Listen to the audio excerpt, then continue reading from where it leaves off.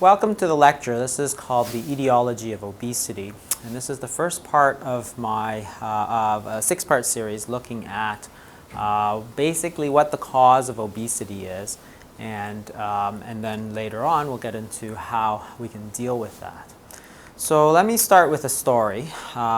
This is William Banting. He was a London undertaker, and he lived in the 1796 to 1878. And basically, he had become very obese through the years. Starting in his mid-30s, he had started to gain a few pounds every year until by age 62, he had weighed about 202 pounds, which was really quite obese for that time. And not being too happy with that whole situation, he decided that he would do something about it. So what he did was he went to see some physicians, and they gave him some various advice, such as increasing the exercise. So living near the Thames, he actually took up rowing, and he decided that he would row every day. The problem was that he said that he developed a very healthy appetite, but in the end he wasn't able to lose any weight. So he went to see some other esteemed doctors at the time, and they told him, well, all you need to do is decrease your caloric intake and you'll automatically lose weight. But what he found was that he was just tired and hungry, and he still wasn't able to lose weight. So eventually he came to the attention of a French surgeon who told him about a specific diet which involved eating 3 meals a day of meat, fish, or game with just very little stale toast or cooked fruit on the side. And what happened was that he avoided very strenuously these fattening carbohydrates, which were sugar and starch, so the bread, beer, sweets, potatoes. And what he found was that he actually was able to lose a significant amount of weight very quickly. So he published this in a letter called Letter on Corpulence, published in 1863. And it actually quickly became one of the best-selling diet books of its time, and is really considered one of the first diets. This sort of idea about obesity actually persisted for quite a few years. So William Osler, who is considered the father of modern medicine, he authored the textbook, The Principles and Practice of Medicine, which was very influential. In it, he discusses treatment of obesity, and much of his ideas are similar to Banting, and they featured lean beef, veal, mutton, and eggs.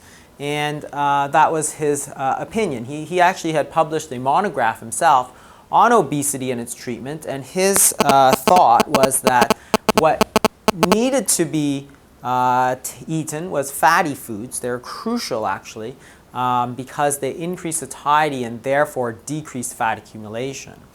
His idea, of course, was very similar to Banting in that one needed to strenuously avoid the fattening carbohydrates. Up until the 1950s and 60s, this idea was fairly prevalent. It wasn't really a secret in any way. If you look at standard textbooks, or even for the address to the lay public at the time, such as Dr. Spock's Baby and Child Care, things hadn't progressed much beyond that. What he noted was that rich desserts, the amount of plain starchy foods taken, is what determines, in the case of most people, how much weight they gain or lose. And in the British Journal of Nutrition in 1963, Dr. Passmore writes, every woman knows that carbohydrate is fattening. That is, this was fairly common knowledge. That is, if you eat fattening carbohydrates, not all carbohydrates, but the starchy foods, the sugary foods, the sweets, they are going to lead you to obesity. And that was pretty well the prevalent thinking at its time. Things started to change in the 1950s and 1960s with the great so-called epidemic of coronary disease. And what this was as we industrialized, what we noted was that there was an increasing incidence of coronary disease. So in the 1950s, dietary fat increasingly became vilified for its effect on LDL cholesterol, the so-called diet heart hypothesis. And by the 1960s, the American Medical Association was insisting that these so-called low-carbohydrate diets were a fad. Of course, they really were anything but a fad, having been used for close to 200 years. the vitriol was so extreme that John Meyer, who was a prominent nutritionist of his time, actually said that these carbohydrate-restricted diets was the equivalent of mass murder. We were killing people with these reducing diets. The problem was this, of course, that if fat was the problem, then you necessarily had to eat a high carbohydrate diet if you're going to eat low fat, because fat and protein tend to travel together. However, the fattening carbohydrate could not be healthy in that it's low fat and unhealthy at the same time because it causes obesity. So in order to resolve this cognitive dissonance, all of a sudden the fattening carbohydrate suddenly turned into the healthy whole grain. The fat, with its dense calories, was simply assumed to cause obesity, even though there was really no proof, anecdotal or otherwise, to sustain that. The model that we think about obesity, instead of being the fattening carbohydrate model, all of a sudden became this calories in, calories out model. And that's where we were in the 1970s. There was still a significant amount of debate, of course, between the dietary fat proponents and the dietary carbohydrate, refined carbohydrate camp. And this was settled not by scientific dispute, but really by dictum, by government. In 1977, the U.S. Department of Agriculture published for the first time this dietary goals for the United States. And this was the first time, really, that any government institution had told Americans that they could really improve their health by eliminating or reducing the fat in their diets. So this is a copy of the USDA dietary guidelines. And what you can see very prominently is that you should avoid too much fat, saturated fat, and cholesterol. And what you should eat is actually adequate starch. So instead of avoiding the fatty carbohydrates, you should really eat more. And this dietary fat controversy turned from a scientific controversy into a political one. And it came down really on the side of eating more carbohydrates. This explicitly determined goal was to raise the consumption of carbohydrates until they constituted 55 to 60% of calories, and to decrease the fat consumption from approximately 40% to 30%. And this is what gives us the very familiar food pyramid, which is meats at the top, eggs, poultry, fish, weekly or even monthly. And at the bottom, what you should be eating every single day is bread, pasta, rice, and whole grains. Physical activity, of course, is very important. It got to the point in 1995, if you were to look at an American Heart Association diet, that this is what they wrote. To control the amount and kind of fat, saturated fatty acids, and dietary cholesterol you eat, choose snacks from other food groups such as low-fat cookies, low-fat crackers, unsalted pretzels, hard candy, gumdrops, sugar, syrup, honey, jam. In other words, it really didn't matter how much sugar was in your snack or in your diet. It only mattered how much fat there was. So things like this, which is candy, is entirely fine to eat as long as you're cutting the fat. So how did we do? How did we do as a nation? Well, it turns out that we actually did pretty well. If you look at what happened, we made a very conscious effort to eat less fat, less red meat, fewer eggs. And if you look at the average fat consumption of Americans, it decreased from about 45% of calories to about 35%. If you look at what else we told them to do, so, get your blood pressure checked, get your blood pressure treated, to stop smoking, to treat your cholesterol, we did very well as well. So 40% decline in hypertension, 28% decline in hypercholesterolemia. So it turns out we did very well. So in fact, you can't really say that the public wasn't listening to us. In fact, they had listened to the advice of the time and tried really their very best to comply, and they did. We told them to eat less fat and eat more carbohydrates, and that is what they did. So if you look at the changes in the U.S. food availability, you can see that butter, eggs, and animal protein, such as meat, significantly decreased from the 1960s to today, and what we ate instead was what we were told to eat, grains and sugars. If you look at the U.S. Sugar consumption through the years, you can see through the 1800s there's a steadily rising increase in the amount of sugar per capita that Americans were eating. And this really reflects the increased availability of the sugar as sugar plantations kind of spread throughout the Caribbean and the U.S. South. By the time you hit the 1920s, you can see that there really is not that much more that we are going to eat. And we enter a sort of flat period from the 1920s to about 1977.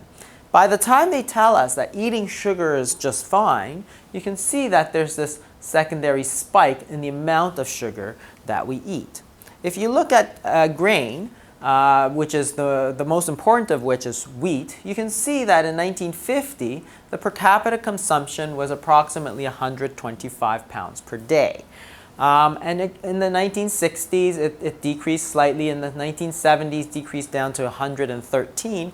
But by 1980, it had gone up to 122. By 1990, 141.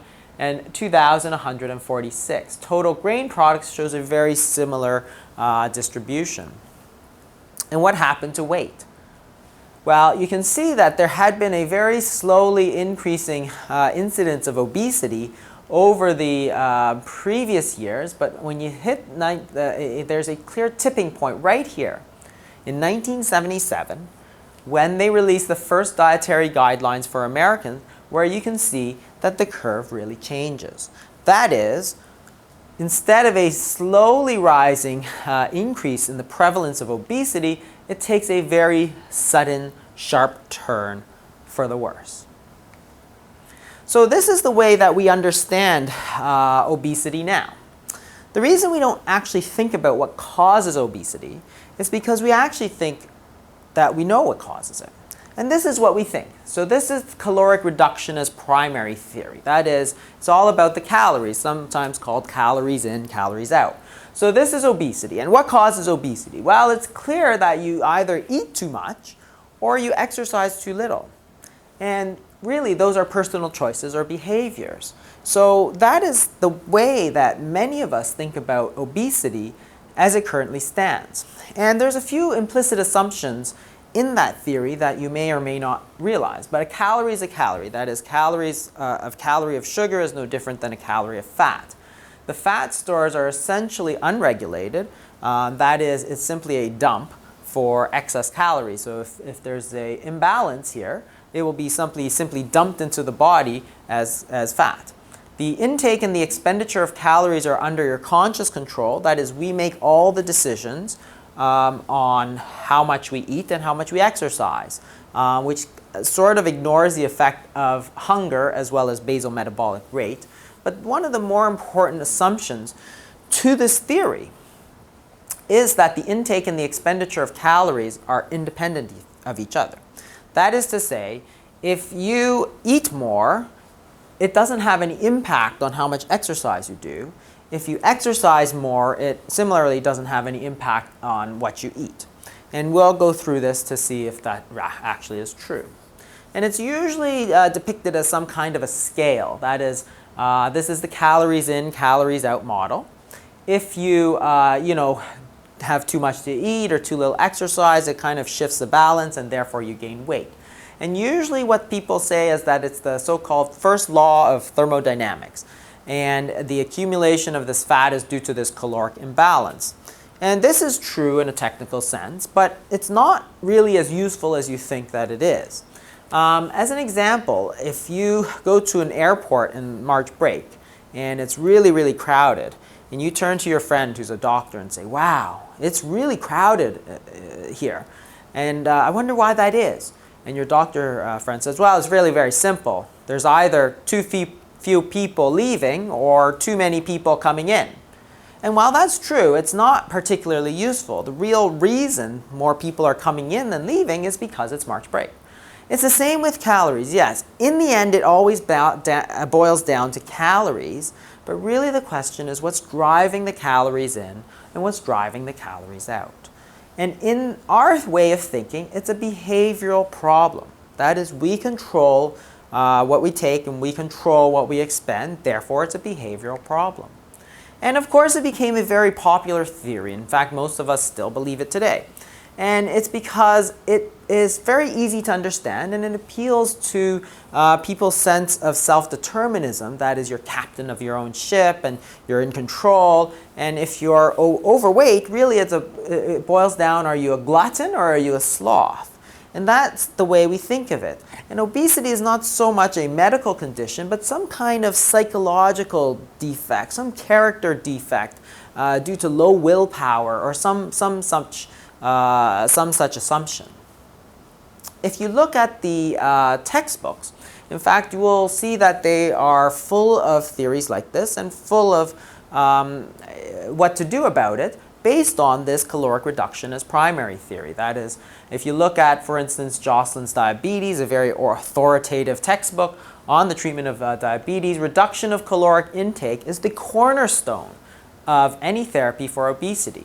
Of course, it recognizes at the same time that low-calorie and very low-calorie diets, none of these approaches has any proven merit.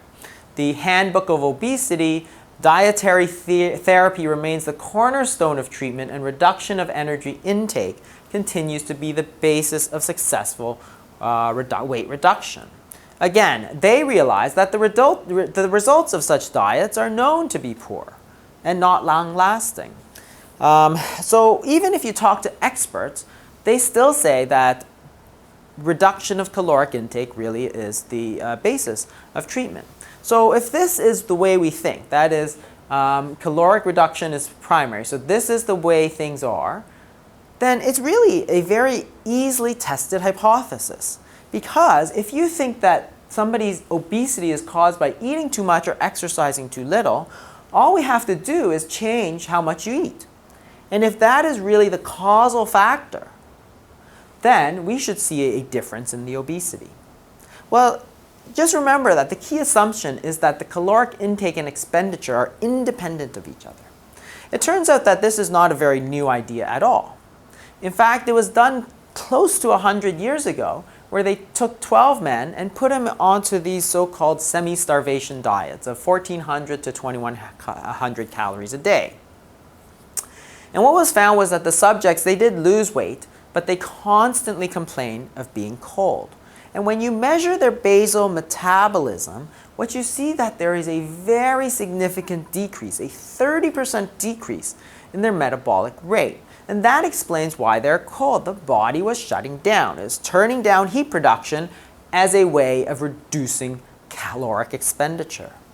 So it turns out that you reduce your energy expenditure so much that if you go back to your regular diet after this period, then what happens is that you start to gain fat.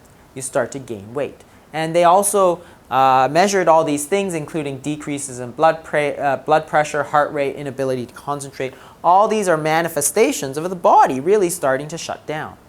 A similar study was done by Ansel Keys in 1944, where he took 36 men and put them on a 24-week semi-starvation diet, 1,570 calories a day, and again measured what happened to their metabolism.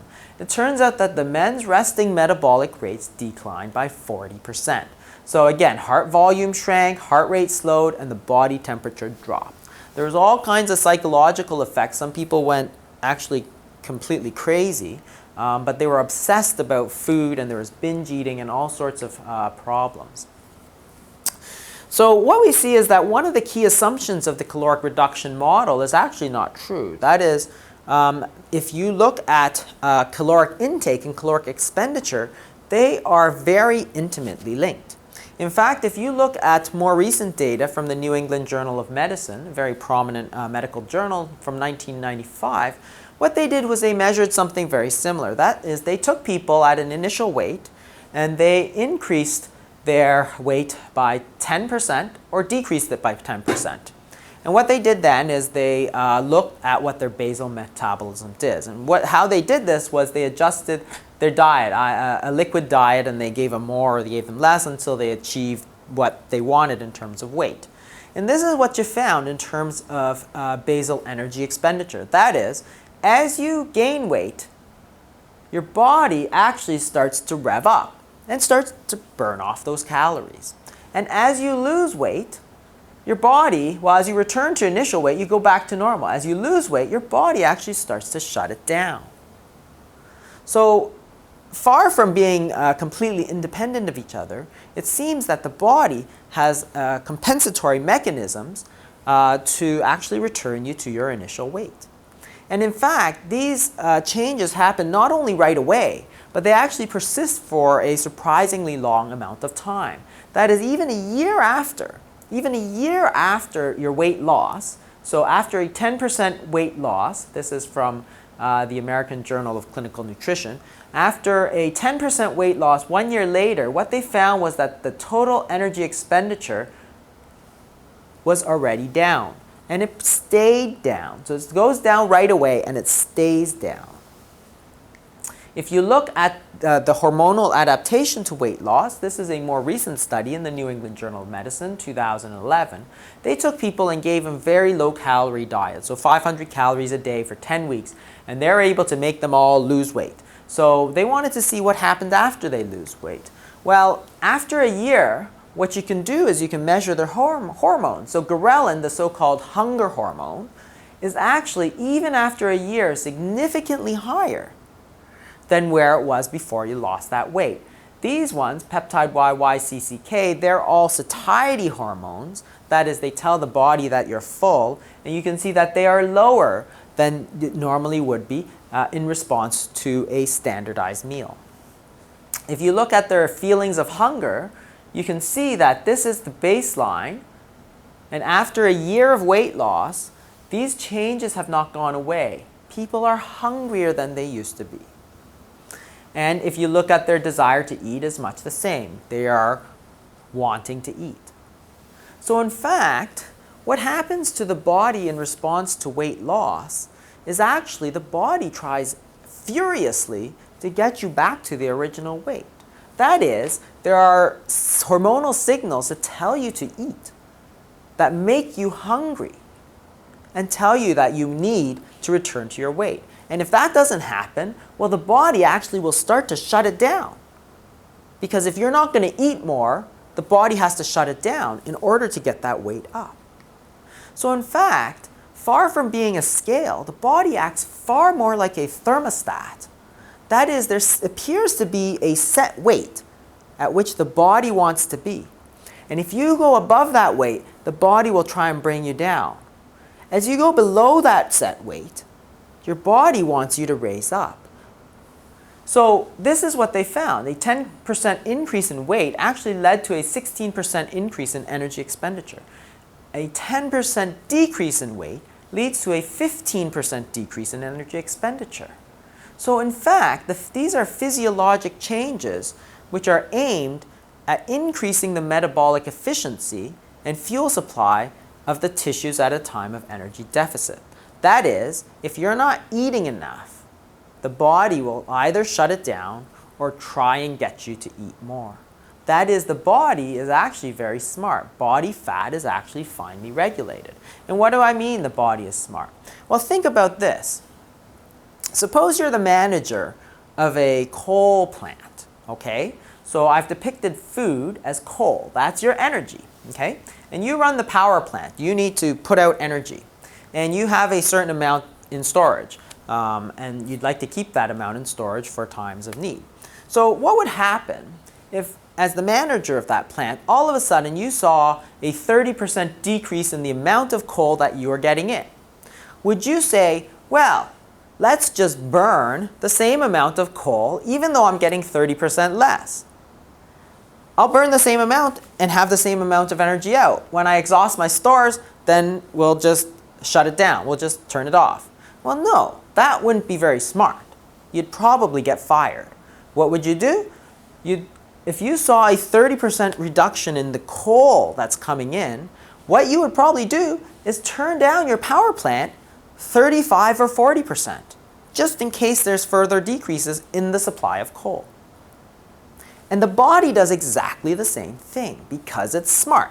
It doesn't want to die. Okay, so if you have a reduction in the calories coming in, the body's going to think, wow, I need to start shutting it down. I need to match what's coming in to what's going out so that I can maintain a reserve, a storage reserve. Because if you didn't, you'd just die.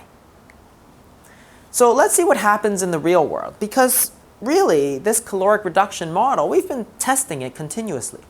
And probably the biggest trial that's ever been done is the Women's Health Initiative Dietary Modification Trial. And this was started in 1993, and it was a huge, very expensive trial. 50,000 women, and they were enrolled to either a low-fat diet, rich in fruits, vegetables, and fiber, and about 30,000, roughly, who just took kind of what they usually took.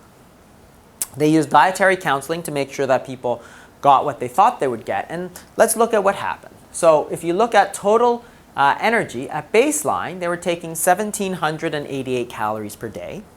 And at follow-up, they were taking 1,445 calories a day. So they were taking 361.4 calories less every single day. If you look at percentage fat, they went from 38.8% to 29.8%, which is very good. That's exactly what they were trying to do.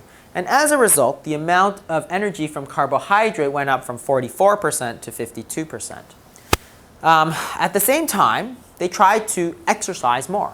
So if you look at the METs per week, which is a unit of exercise, they went from 10 to 11.4. In other words, they increased their physical activity by roughly 10%. So that's great.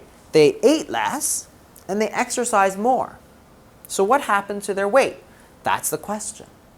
So compared to the people with a normal diet, the people who took this very stringent 360 calorie reduction diet every day plus increased exercise, they barely lost any weight compared to the usual group over a period of up to 7 to 9 years.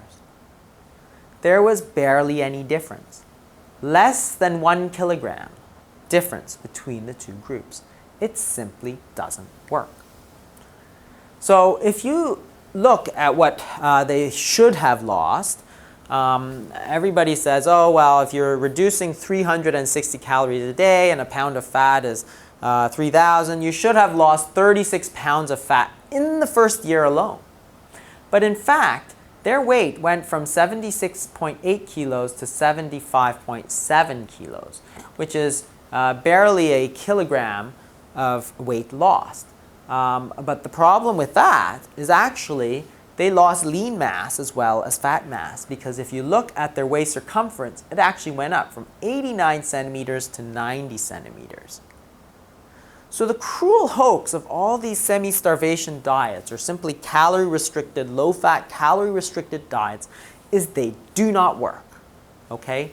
It has a perfect 35-year track record, unblemished by success, because caloric deprivation triggers two adaptive mechanisms which are going to work against you. You're going to reduce your energy output, and you're going to increase your hunger. So in the end, it's a self-defeating cycle. They don't work. And it's a cruel hoax because these women tried so hard for 7 or 8 years, depriving themselves, exercising for no benefit. In the end, they were just fatter than ever. And this is the vicious cycle of undereating. So as you eat less calories, you start to lose a bit of weight. Your body says, well, hey, I'm losing weight. I need to control this. So you decrease your energy expenditure and you increase your hunger. But you still don't eat because you're trying to lose weight. So you regain a bit, but then you double down, right? You redouble your efforts and you eat even less calories. And you lose a bit more weight, but then the body says, hey, I need to decrease my energy expenditure further and increase my hunger. And then as you start to gain weight, you have to eat even less calories than that. And it circles around and around until it's completely intolerable. And then we blame the victim. Then we blame the person on the diet, saying that you don't have enough willpower or you are cheating on your diet. And it's all the health professionals. They have all said that. But it's simply not true. That's not what happened. It wasn't a lack of willpower. If you think that eating too much is really the cause of obesity, well, again, you can test that very simply. If you give people more to eat, then they should get fat. And these experiments have been done as well, ever since the 1960s, most famously by an endocrinologist by the name of Ethan Sims. So he took convicts at a Vermont state prison, and he initially did it in college students, but he couldn't make them eat enough. So he took, inmates where you could control what they ate. And they were eating up to 4,000 calories a day. And their weight would go up, but then it kind of stabilized. Some wound up eating 10,000 calories a day. And when you measure their metabolic rate, their metabolism had increased by 50%. The body was simply trying to burn it off. Again, if we go back to the coal analogy, if all of a sudden you're getting so much more coal, you're not just going to leave it. You're going to say, well, I have way too much coal. Let's burn it. And that's what the body does. If you look at this, published in the American Journal of Clinical Nutrition, they also took volunteers and they overfed them for 42 days. Okay? And they followed a diet which is fairly standard for North America, which is about 46% carbohydrate. And what happened? Well, they all gained weight. But as you take them off of that force feeding, they all go back towards their usual weight, except for this fellow who continued to gain weight. But most people started to drift back down towards their natural weight, naturally. This is not an experimental condition. This is what they did on their own. So again, you can see the body acts more as a thermostat, not as a scale. So the caloric reduction is primary. There's a couple of problems with the way we perceive why we get fat, the etiology of obesity. One is that eating less does not result in weight loss. That is, it simply induces hunger and reduces energy expenditure. Eating more does not result in weight gain. So if you try and overfeed people, what happens is that they simply burn it off until that condition resolves, and then they go back to their usual weight. So the body acts as a thermostat, and the caloric deprivation is difficult because it's a fight against the mechanisms which have evolved to precisely minimize its effects. That is, we think that restricting the coal will result in lower fat, but it simply results in less power being burned, less power coming out. So we've got the wrong idea about the etiology of obesity. That is, we don't understand what it is that makes us fat, and that is probably the single most important reason why we've been losing the fight against obesity. The ultimate proof, really, is all of you.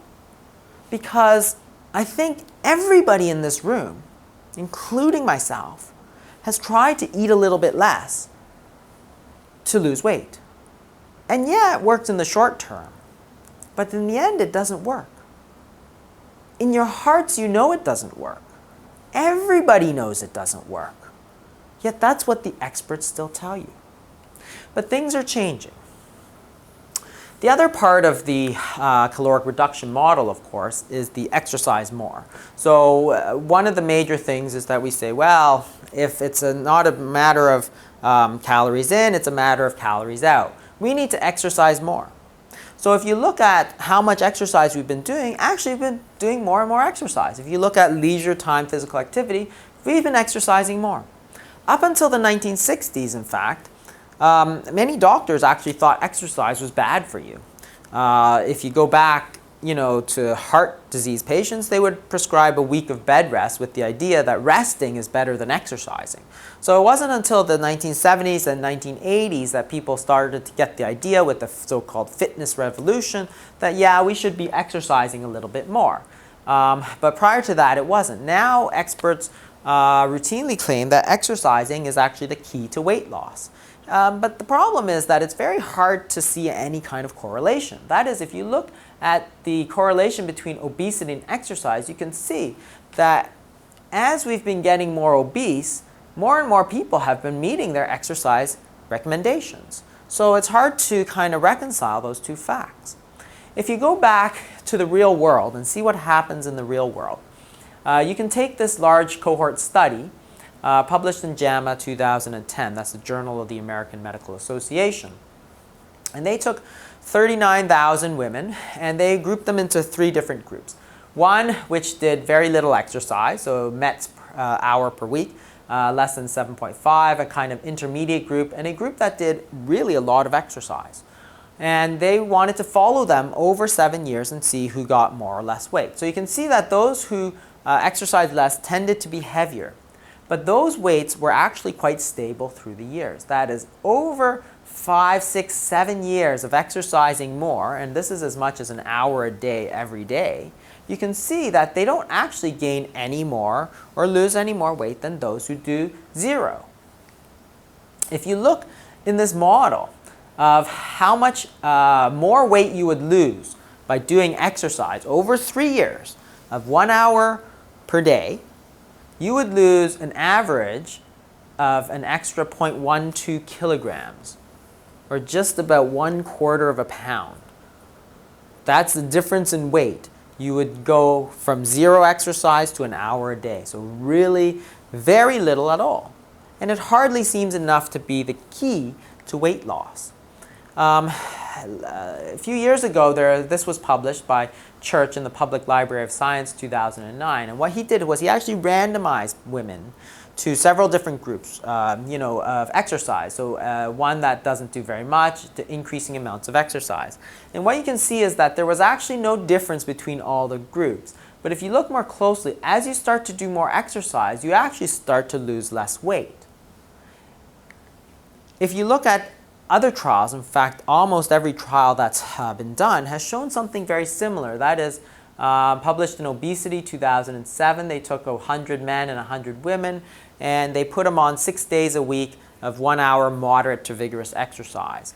And they wanted to see how much weight they lost. So over 1 year, so going from sedentary, or 0 exercise, to an hour a day of aerobics, you lost about 3 pounds for women and 4 pounds for men. So yes, there is a difference, but really a very, very small difference. A group of researchers in Denmark actually took sedentary subjects and trained them to run a marathon with the thought that if a little bit of exercise is good for you, well, a lot of exercise must be good for you. And the problem was that the men only lost about 5 pounds in weight, and the women, they didn't have any weight lost at all. In fact, they say that no change in body composition was observed. That is, if you think that, well, they lost fat but gained lean muscle, well, in these women, they comment that they didn't see any difference in the amount of fat at all. And this is from going from sedentary to running a marathon. And this is the dirty little secret of exercise that nobody ever tells you about, but is really well documented. And this is something called compensation. That is, almost all studies lasting more than 25 weeks, people don't lose as much weight as they are predicted to weigh. And there's probably 2 different mechanisms. One is that as you exercise more, you probably naturally increase your caloric intake. And 2 is that as you do more prescribed physical activity, your spontaneous physical activity probably goes down. So if you look at this group from the Timothy Church study, you can see as they went and did more and more exercise, you can see that they started to eat more and more. That is, they went from 1730 to 1831 to 1870 calories a day. So as you're doing more exercise, you're going to eat more. Compensation, it can also occur because as you do more of the prescribed physical activity, you do less outside of that. And this is well documented in children. This study was done looking at children and phys ed in school. So some schools, of course, had a lot of phys ed, and some schools didn't have much physical education.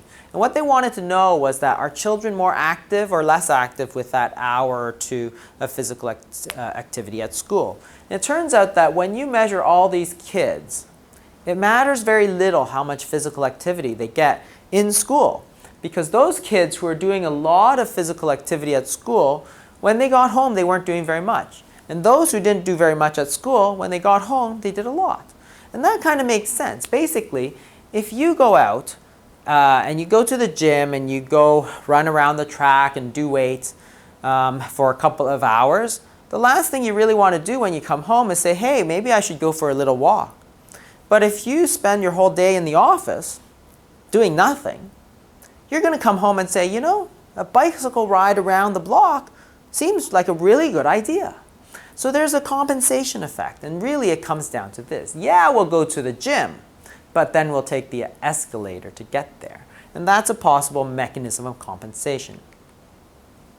The other problem with exercise, really, is that there seems to be this notion that exercise is the majority of our caloric expenses. That is, you can measure how much energy somebody expends just lying in bed all day.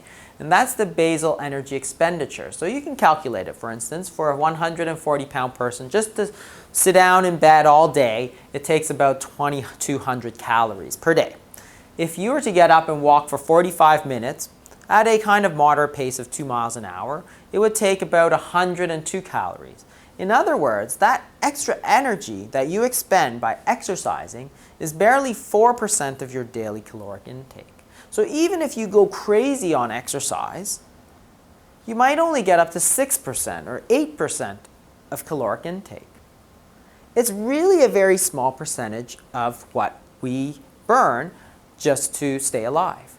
So the majority of calories that we expend through the day is actually not in exercise.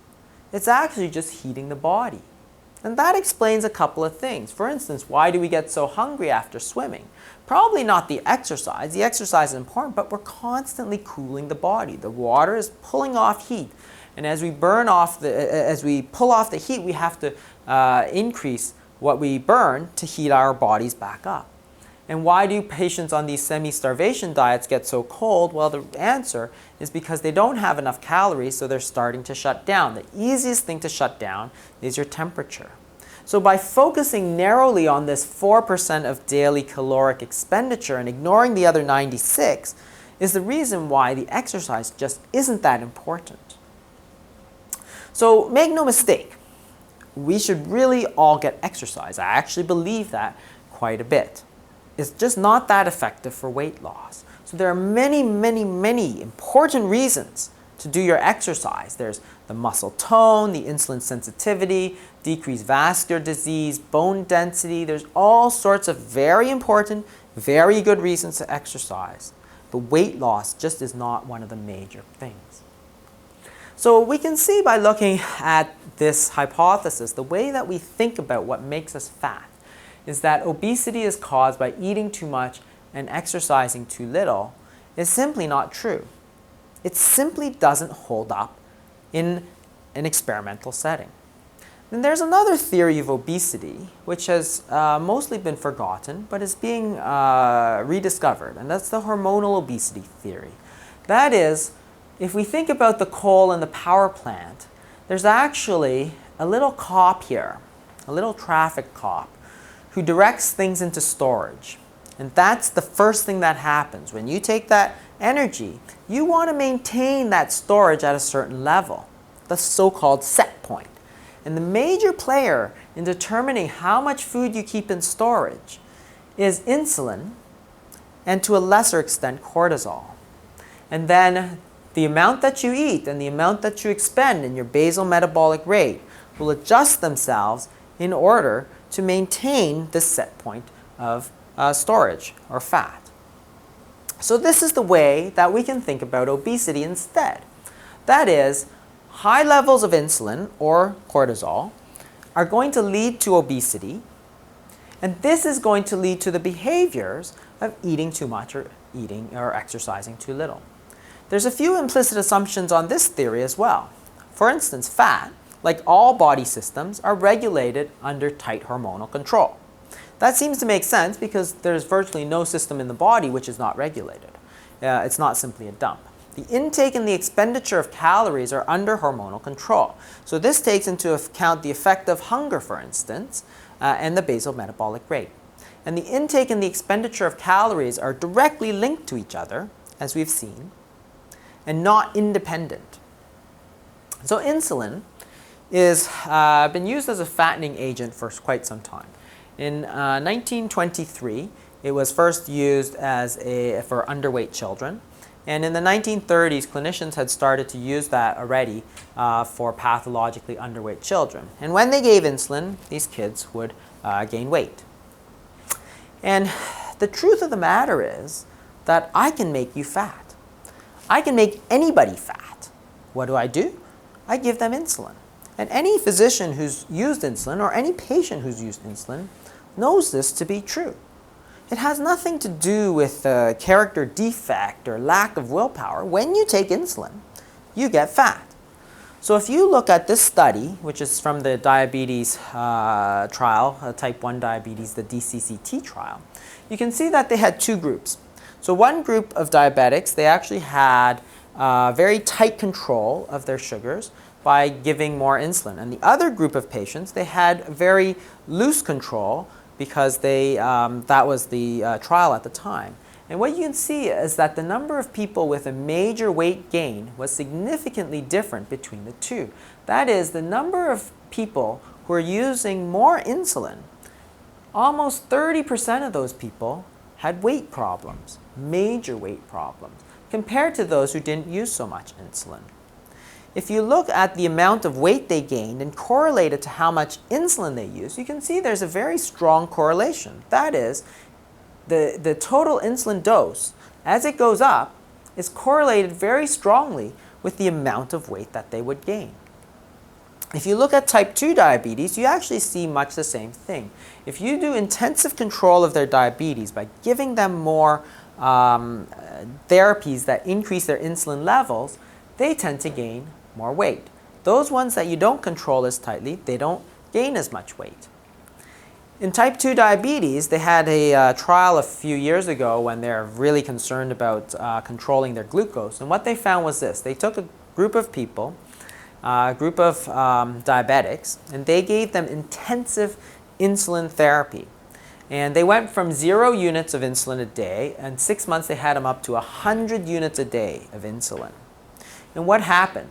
Well, they all started to gain weight. And you can see that, again, there's a very tight correlation between the amount of insulin that you used and the total weight gain.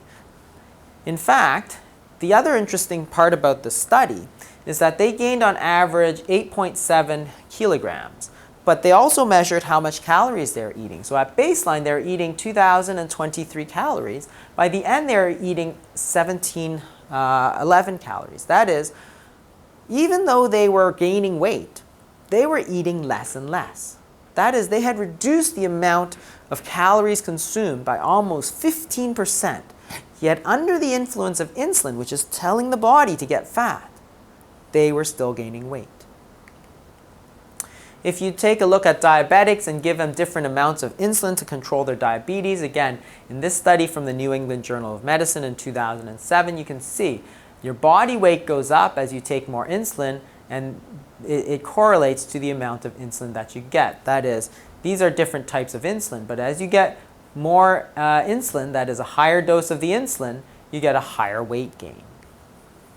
Insulin itself can cause local fat deposits, and this is a picture of something called insulin lipohypertrophy, which is the way that the insulin injections can actually cause localized deposits of fat.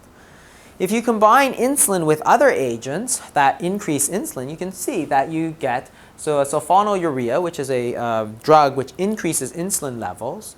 If you combine that with insulin, the insulin levels are going to go up even higher. And even though your sugars are better, you're going to gain more weight. A new class of drugs called dapagliflozin works in a different way. Now, you can add this to insulin to reduce the amount of insulin that you need. And what they did was this. They had 4 different groups. So one group was just the insulin group. And this, over the study period, these people, to control their sugars, were getting more and more insulin. And these people, instead of increasing their insulin, they were taking different doses of this new drug, which didn't raise the insulin levels. And if you look at the change in weight, you can see that those that are taking more and more insulin are gaining more and more weight. And those that are taking less insulin are losing their weight. And you see the same thing in type 2 diabetes with metformin. Metformin is a drug that does not raise the insulin levels but controls the sugars. And you can see that there was no difference between metformin and the control group in terms of weight gain, whereas glyburide, which is a drug that does raise the insulin level, does cause the weight gain. Weight gain is independent of the control of blood glucose because you can use these different drugs such as metformin. So the metformin group loses the most weight, but as you take drugs such as sulfonylurea, you actually gain more and more weight. Januvia, which is a new type of drug, which also doesn't raise the insulin levels all the time, is not associated with the weight gain. In fact, causes a little bit of weight loss compared to the older medications, which simply raise the insulin levels. And this is the same sort of thing with the dapagliflozin. As you add it to the body, you actually start to lose more and more weight. And not only is that weight, but you can measure it and see if it's fat tissue or lean muscle tissue, and much of that weight loss is actually fat tissue. So you can actually make a graph, excluding the TZD class, but you can make a graph of drugs which increase the basal insulin, the insulin and the sulfonylureas, and you can list a number of drugs that don't cause such a sustained increase in insulin levels. And if you look at what causes weight gain, it's almost the exact same list. That is, the insulin and drugs that raise the insulin levels cause weight gain. And those that do not raise insulin levels do not cause weight gain. And the reverse is also true. If you take away the insulin, people will lose weight. This is a picture of untreated type 1 diabetes.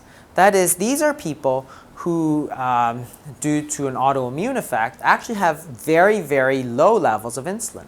And what you find is that they are skinny beyond belief. In fact, the classic description is a melting down of flesh and limbs into urine. And no matter what you feed them, no matter what you give them to eat, they still can't lose weight. They still can't gain weight. They will continue to lose weight until they die. When you give them the insulin back, all of a sudden, they gain their weight back. And this is actually fairly well known in the type 1 community, and it's actually called diabulimia. That is a deliberate underdosing of their insulin in order to lose weight. So it's dangerous as hell and can kill them, but they know that they will lose weight. So they give them less insulin. That is, insulin causes weight gain. You can do the same sort of analysis with cortisol. That is, if you give people cortisol, which is a stress hormone, they will gain weight. So we can do that from a pharmacological standpoint by giving them steroids or a drug called prednisone, and they will gain weight. Almost everybody gains weight. In fact, anybody who has treated patients knows you give the steroids, they gain weight. There's also a condition called Cushing's disease where people overproduce this hormone, cortisol, and they also gain weight. The hallmark of Cushing's syndrome is weight gain. And if you don't have cortisol, it's a disease called Addison's disease. And again, one of the hallmarks of Addison's disease is weight loss. So you can see that really what causes weight gain and weight loss is not calories per se, it's really hormones, because as you manipulate insulin, as you give more insulin, they will gain more weight. As you give less insulin, they will have less weight. And the same with cortisol. So if you say, what is making us fat? Is it because we eat too much or exercise too little? Well, that doesn't seem to be the case at all. In fact, it's hormones. Obesity is really a hormonal dysregulation of the fat. And those two hormones are predominantly insulin and to a lesser extent cortisol. So this is the caloric reduction as primary therapy, as primary theory. And you can see that this is really not true, because when you think about it, it doesn't really work, because manipulating the eating doesn't lead to changes in weight. But the belief in this theory has led to a singular research focus on behavioral and psychological issues. That is it lack of willpower? Is it fast food? Is it sugar? And an entire generation of health professionals really endorsing this so-called low-fat caloric restriction as a treatment. Well, if you have the cause of it wrong, you simply can't understand the treatment. And really, as I said, it's a perfect record, unblemished by success. So this is the hormonal theory of obesity, which is how we understand it, that the high insulin and to a lesser extent cortisol levels leads to the obesity. And by changing these hormones, that actually leads us to these behaviors of eating more or exercising less. In other words, this is not the cause of obesity, it's actually the result of obesity. And that really sets you up for the proper question, because the proper question then is, if this is the result of obesity, what is the cause? And the cause leads you back to the hormones. So in other words, you're not getting fat because you're overeating. You're overeating because you're getting fat. That is, this is the result, not the cause. So now if we understand the cause, now we can start to treat it. So the real crucial question of obesity is not how many calories am I eating, because the calories are largely irrelevant. If you take more calories, your body will burn it off. If you take less calories, your bodies will burn less. It's what is driving my insulin levels up. And the first thing that was noticed is that it's the fattening carbohydrates. So all those sugary foods, starchy foods, are fairly well known to cause high insulin levels. And over time, that leads to obesity, which leads to the behaviors of overeating and underexercising. So the answer really, or the first one that we've come up with, is the fattening carbohydrates. So if you go back to Banting, so this is not a new idea. In fact, it's a very, very old idea. In fact, most of our grandmothers, if you had asked them how to treat obesity, the first thing they would have said, stop the sweets and stop the starchy foods. That would have been the first answer. And that was what it was. The fattening carbohydrates leads to obesity. And as we see it now, the fattening carbohydrates leads to the increased insulin levels, which leads to the obesity. So really, the body acts as a set point. That is, it's not a scale. It's completely wrong to think of the body as a scale, a calories in, calories out scale. It is much more useful to think of the body as a thermostat. That is, what is setting my body weight set point? Why am I setting it too high? And how can I reset it to a proper level? And really, insulin or hormones are the major way that it resets. Insulin tells the body to get fat. And if you take it away, it will reset it down. So this leads us to, again, a very, very old idea. This was taken out of the practice of endocrinology in 1951. That is, if you are going to try to lose weight, there are foods that you need to avoid. There's bread and everything else made of flour, cereals, including breakfast cereals and milk puddings, potatoes and all other white root vegetables, foods containing much sugar, and all sweets. But on the flip side, there are foods you can eat as much as you like.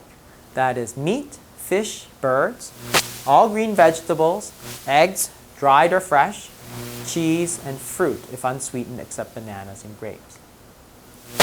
And this, in a nutshell, is just something I found on the internet, which kind of explains carbs insulin for dummies. And what it is it takes a normal person, and as you eat the bad carbs, the insulin levels go cuckoo. The black box gets effed up. If you take an obese person and you simply cut their carbs, the insulin levels will normalize and the black box is fixed. So these are not really new ideas, but by trying to understand what is really the etiology of obesity, you can get much more rational treatments of obesity that fall more along physiological lines. And this is the final slide I have. This is the weight loss and nutrition clinics, which we're running. If there's any questions, I can be reached at drjasonfung@hotmail.com. Thanks.